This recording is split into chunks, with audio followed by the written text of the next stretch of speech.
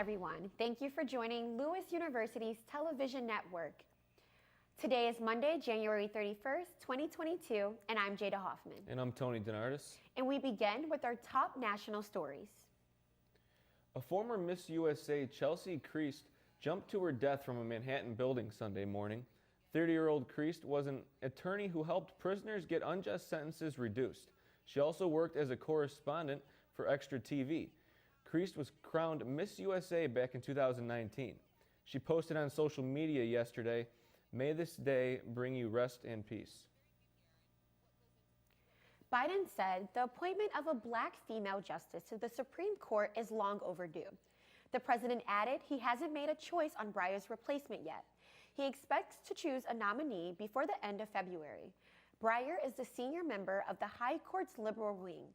The 83-year-old has been under pressure from the left to retire while Democrats still control both the White House and the Senate. His retirement will not change the ideological balance of the court. There will still be 3 liberal justices and 6 conservatives. A Michigan judge is allowing the case against 5 men charged with domestic terrorism and a plot to kidnap Governor Gretchen Whitmer to move forward. Prosecutors say the men are members of a militia group. 3 of the suspects are also charged with conspiracy to use weapons of mass destruction.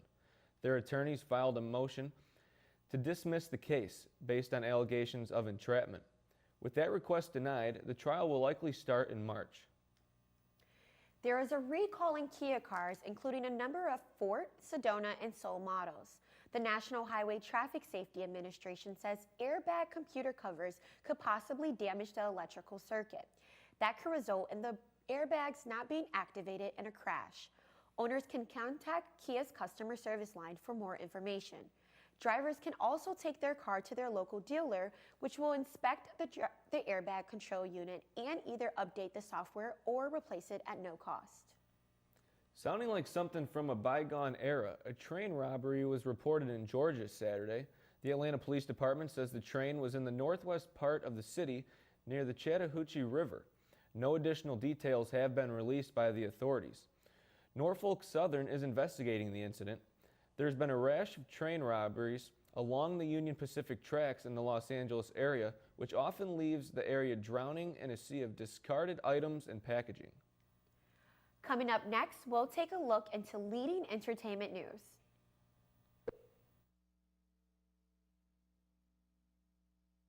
Jordan knows he shouldn't eat this entire bowl of nachos, but tonight he's earned that right, because a few hours ago in the middle of happy hour, he recognized a sign, not from the gods or a bolt of lightning, but from a double heart, a kissy face, and a 4th ha in ha ha ha.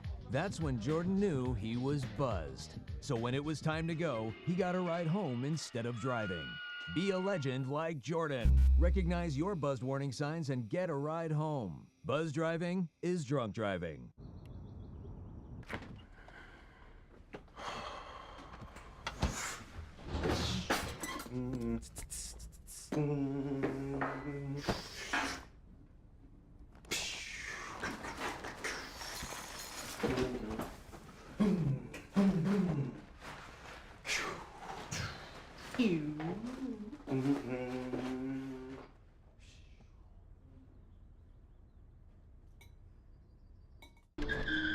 If I could go back and change it all, I would. I think I'm gonna miss you the most. I'm sorry. I'm so sorry. I'm so sorry. Or maybe it's just the little moments. If I could go back and change it all, if I could go back, I would. But I can't.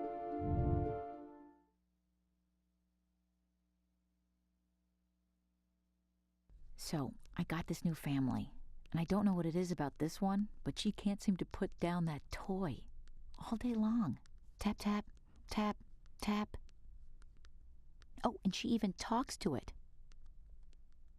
She talks to that more than she talks to him. What's up, bro?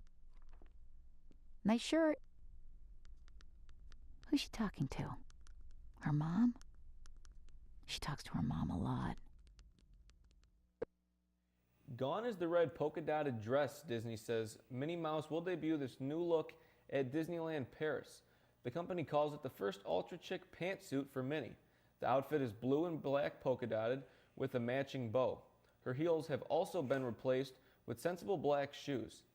British fashion designer Stella McCartney designed the look in honor of Women's History Month in March. Dolly Parton is launching a new line of cake mixes with Duncan Hines. They're called Dolly's Southern Favorites. The available flavors include coconut and banana flavored cake mixes with creamy or chocolate buttercream frosting. Some of Dolly Favorites recipes for the mixes come printed on the back of the box. The collaboration comes days after Jenny's Splendid Ice Cream announced it's bringing back the country singer signature ice cream flavor, strawberry pretzel pie. And just in case you're wondering exactly why is Dolly out there so much these days, it's because she got a new album to promote. Like the cake mixes, it's coming out in March. Serena Williams announced her new children's book, The Adventures of Kai Kai, on Thursday. The story is about her daughter Olympia's favorite doll. The story centers on Kai Kai teaching baby girl about the importance of believing in herself. Williams and her husband, Reddit co-founder Alexis Ohanian, set up an Instagram account for the now famous doll in 2018. Although the book is Olympia's doll, Williams said it's dedicated to all children. Elton John postponed 2 shows in Dallas last week after testing positive for COVID-19. Tour officials say the singer is vaccinated and boosted and is only experiencing mild symptoms. Fans are advised to hold on to their tickets for rescheduled performances to be announced later. So far, Elton John, known for his elaborate costumes, hasn't canceled dates in Chicago scheduled for the weekend. He had just returned to the stage last week after a nearly 2-year hiatus due to the pandemic. Sony's superhero sequel brought in $11 million at theaters across the U.S. No Way Home now has taken in $735 million since it was released 7 weekends ago. That makes it the 4th highest grossing domestic release in history. Scream once again took 2nd place for the weekend box office with just over $7 million in ticket sales. Coming in 3rd was Sing 2, which brought in $4.8 million. Coming up next, we have your local news stories.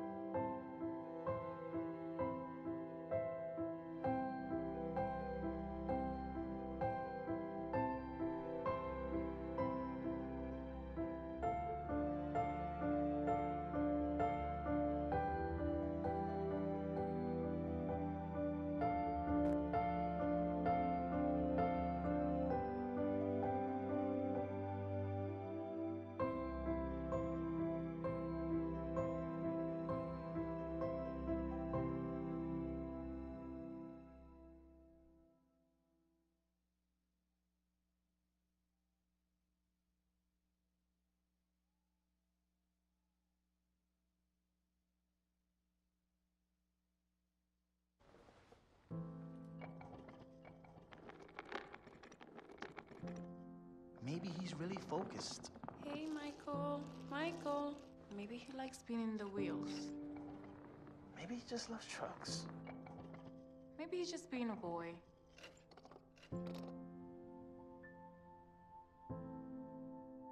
Preoccupation with objects is one early sign of autism. Learn the others today. The sooner it's diagnosed, the better. So, I got this new family, and I don't know what it is about this one, but she can't seem to put down that toy all day long. Tap, tap, tap, tap. Oh, and she even talks to it. She talks to that more than she talks to him. What's up, bro? Nice shirt. Who's she talking to? Her mom? She talks to her mom a lot. On Saturday, January 22nd, 8-year-old Melissa Ortega was shot in the head near the intersection of 26th Street and Pulaski Road. She was pronounced dead less than 2 hours later at Stroger Hospital. Xavier Guzman, 27, and an unnamed minor, 16, have been charged with first-degree murder. According to Cook County State Attorney Kim Fox, the minor will be charged as an adult. A 25-year-old Romeoville man faces weapon charges after police determined he was involved in an incident earlier this month. Ernan Omana was arrested last week in connection with an incident on January 14th in the 300 block of Hickory Avenue. Police couldn't locate a suspect at the time, but found shell casings in the road. Local residents provided a description of the vehicle, and last week, police noticed a car matching the description. According to police, Omana made a turn without using a turn signal and was pulled over. Omana was arrested for having a handgun in the car and no concealed carry license. Omana admitted to firing shots on January 14th and was charged with aggravated unlawful use of a weapon, aggravated reckless use of a firearm, and traffic offenses. Lewis University ranked Best Online Master's Program in 2022 in several categories, including nursing, business, criminal justice, and information technology, placing the programs to be 215 in the nation, and Lewis offers more than 1,600 bachelor's and master's online programs. The nursing program was ranked number 82 in undergrad and number 123 in grad schools. Chicago librarian Amy Schneider had a 40-game winning streak on Jeopardy come to an end. Schneider won nearly $1.4 million in prize money. Contestants received their winnings after the final game airs. Schneider is a trans woman and is a visible symbol of achievement for often marginalized people. Schneider plans on spending the money on clothes shopping and travels. Local anti-bullying nonprofit Dance On partnered with a special disabilities dance studio in North Carolina to create a documentary about changing perspectives. LUTN reporter Daisy Padilla attended the premiere over break. Hi, I'm Daisy Padilla, and I'm here at the premiere of A Chance to Dance On. The film was a collaboration with Chance to Dance and Dance On. And what are you excited for the premiere tonight? I'm really excited to see the final product and see everybody get to see it too and enjoy it. I'm excited to see all kinds of abilities on the dance project and to see our friends who have put this all together. I really am excited to see the work that Rich Hemingway, our director, has done. The cast members, both the Dance On cast here out of locally Naperville and some of the surrounding Chicagoland areas, and then of course our wonderful partners down in Charlotte, North Carolina, A Chance to Dance. I have to be honest with you, occasionally as a parent you get cynical about young people. My spirit is renewed. I think this world is going to be okay. I am looking forward to seeing the reaction of the parents of the dancers. What these kids brought to the table and their honesty and the truth that they came with was unbelievable, and I just can't wait to see their parents actually see their children like this for the first time. What I'm looking forward to is having all the dancers and like everyone that was a part of it see the film, just because they all lived it with me, and to see their reaction of like reliving it, I know is just going to be incredible. I'm most excited to see the movie and see how like all the funny parts of it, especially because I know there's a lot of funny moments.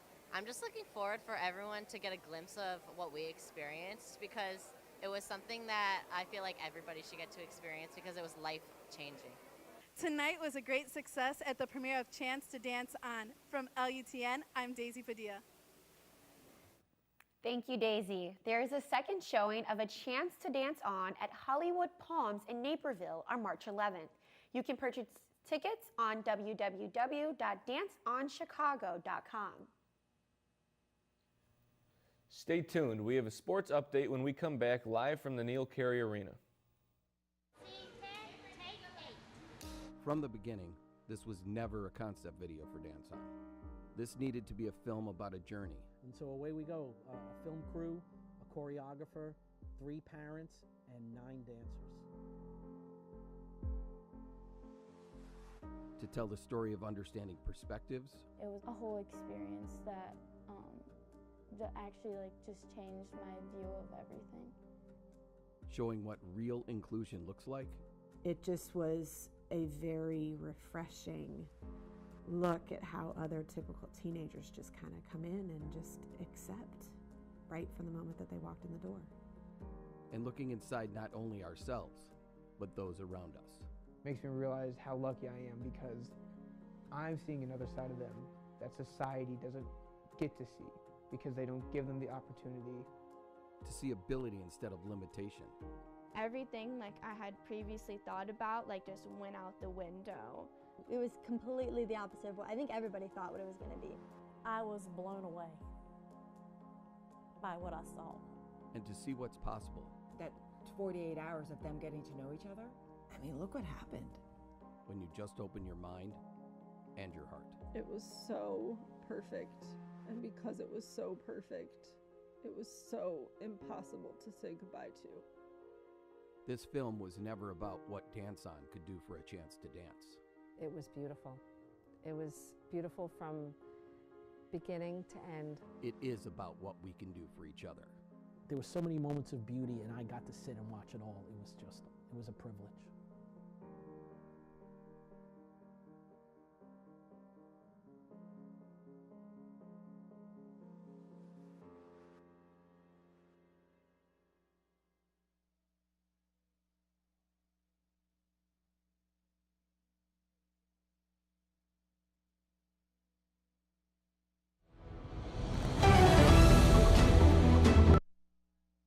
This trip wasn't just another Dance On concept video. It was going way outside of everyone's comfort zone and creating something that would open everyone's eyes to something that they're not used to seeing. I wanted to tell a story of what if. Like, what if we're able to actually watch someone's perceptions change or their perspective shift? You know, what if we actually watched judgment get tossed? What if? Our mindset at the beginning of this was we were going to go down there and we were going to be with these kids and we were going to do something for the kids. But in reality, it was the complete opposite. They did everything for us. They changed our lives. Nobody can really put this into words, what happened. Other than a whole bunch of people gave a whole bunch of other people a chance. I was blown away by what I saw. I just got to be able to observe and absorb this wonderful thing that had zero to do with the differences of the kids. This just made my heart happy. It was the most powerful thing. I don't know if I'll ever experience anything like it again. I just knew that whatever this ended up being and whatever the world ends up getting to see is going to be impactful. There's no way that it can't be. It has to be. Even when the dark comes crashing through, when you need a friend to carry you, and when you're broken on the ground, you will be found. So let the sun come streaming in, 'cause you'll reach up and you'll rise again. Lift your head and look around. You will be found.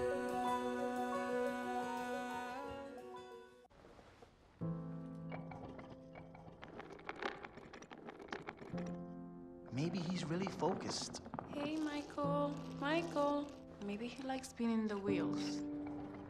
Maybe he just loves trucks. Maybe he's just being a boy.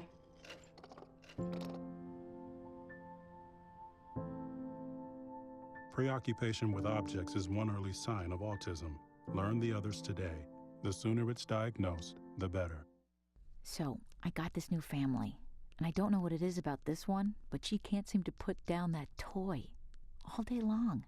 Tap, tap, tap, tap.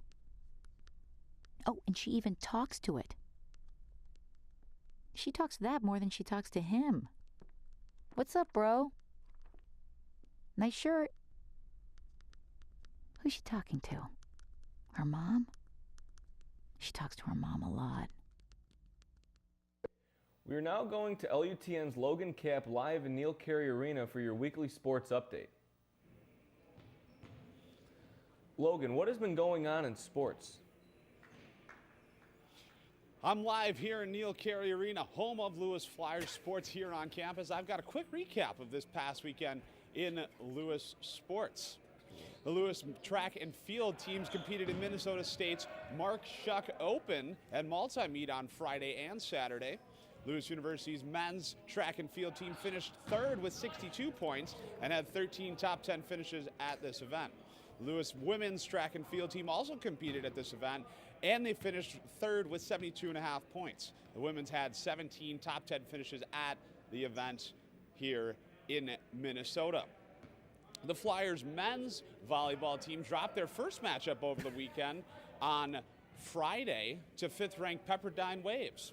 Pepperdine swept the Flyers in 3 sets, bringing the Flyers record to 4-2 on the season. Tyler Mitchum led the Flyers with 11 kills in the contest, while Michael Sack added 8 and Kevin Colling added 6 kills. Tyler Morgan contributed 7 blocks on defense, while Jason Gibbs had a match-high 9 digs. The men's volleyball team then bounced back from this loss on Saturday in resounding fashion, sweeping the 2nd-ranked UCLA to pull the upset at the John Wooden Center in Los Angeles.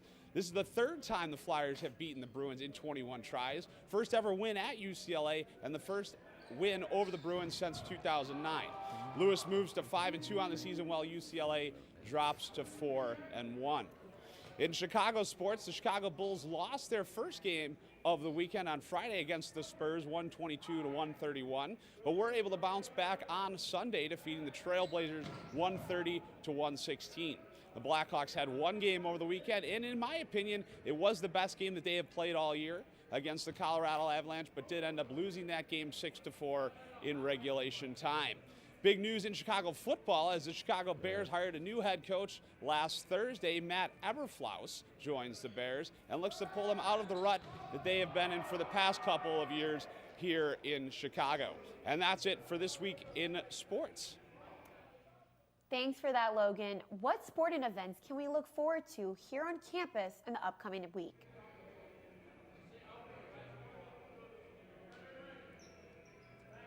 There are plenty of sports this week at Lewis, Jada, as always. But before I list off these events, it is important to note that starting tomorrow, Tuesday, February 1st, spectators will be welcome back here to Neil Carey Arena. So we look forward to seeing lots of smiling masked faces back here to cheer on the Flyers in person.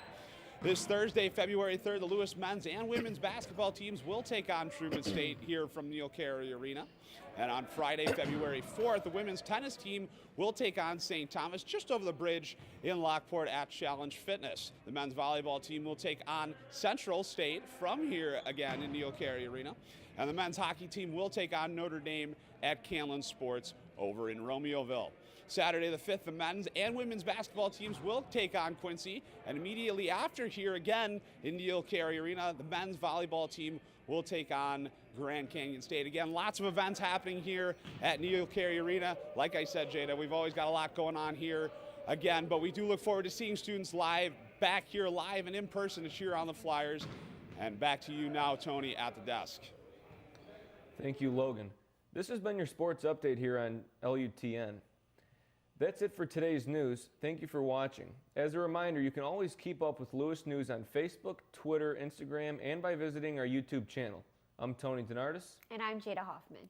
Have a good night.